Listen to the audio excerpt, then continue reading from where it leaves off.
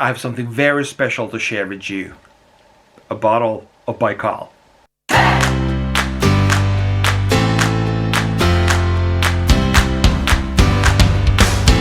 In the 1990s, Baikal almost disappeared like many of the Soviet products because of the chaotic nature of liberalization and privatization in the post-Soviet space. Western countries just came in, introduced their own products, and most of them didn't care about the traditional Soviet products and Russian products that were sold in these countries, the 17 post-Soviet countries. It was the 2000s when Russians rediscovered their sweet tooth for Baikal. And they realized that, wow, okay, we had our own cola drink, kind of cola drink, in the Soviet Union. Why don't we use it? Why don't we put it in the market? So there were different types of Baikals, but many of them didn't follow the original recipe, because the original recipe must be purchased from the developer, a chemical research institute that is still operating today. So there are a few companies who are operating based on the original recipe, and it's important when you taste it because this is it. This is the real thing. The real Baikal for Western consumers. Okay, so let's see. Let's take a look. It's kind of different than a cola. The color is a little bit, the palette is a little bit lighter than a cola drink. So I open it now. Okay. There's not much bubbling. It's a carbonated drink. I expected a fizzier opening.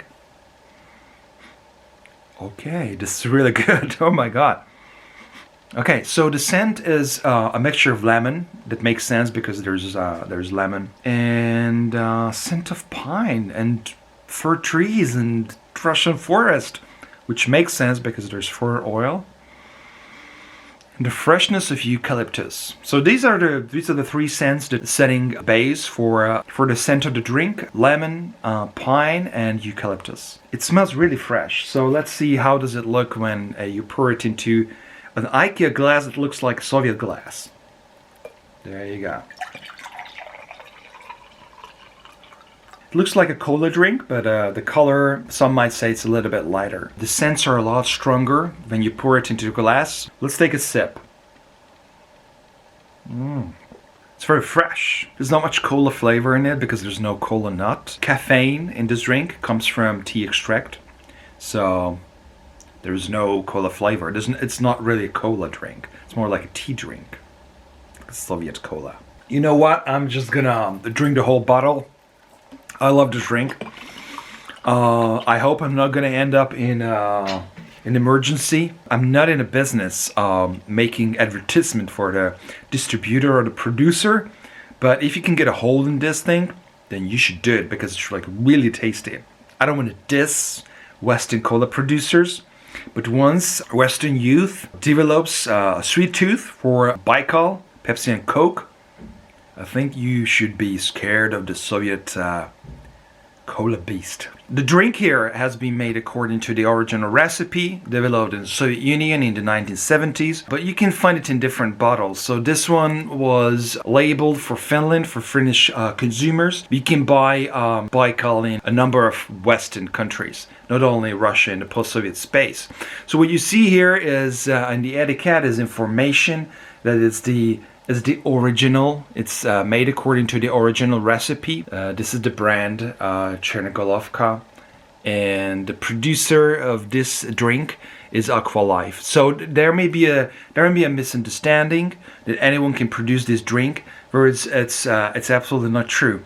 The drink itself, the recipe, the original recipe itself, is copyright protected. So anyone who wants to use the recipe has to pay a fee for the research institute that developed the original recipe. Let me tell you a little bit about the history of this drink. In the early 1970s, the first Soviet Pepsi Cola plant was launched in Novorossiysk, where imported concentrates were processed and bottled. Importing soft drink concentrates from the West was problematic, not only because of the economics, that the USSR had to pay convertible currencies for these soft drink concentrates, but also from an ideological perspective.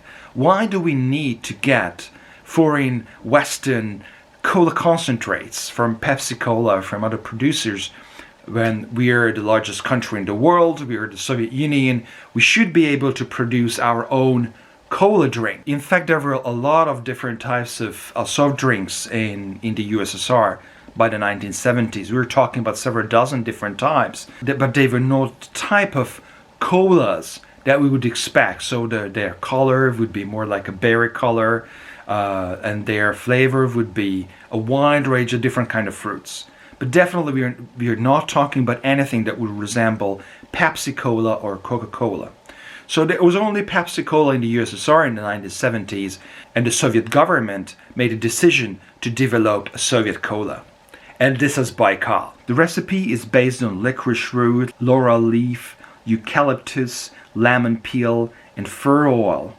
There were several problems with the drink initially, so it was not ready for production in 1973 and 1974 as the Soviet government wanted it. It was unsuitable for trade at the time.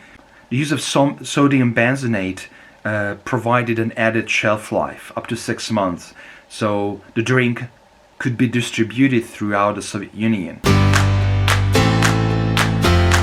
If you like this video, check out my other videos. I'm doing these videos for fun, for the living. I'm a researcher, I'm a historian, so I do a very serious scientific project. My goal is that I noticed that a lot of YouTubers are using data from Wikipedia and saying a lot of things they didn't know about. So I thought it would be a good time if finally a researcher comes up, tells about the amazing history of the soft drinks. My problem is that I think researchers are too much in the background.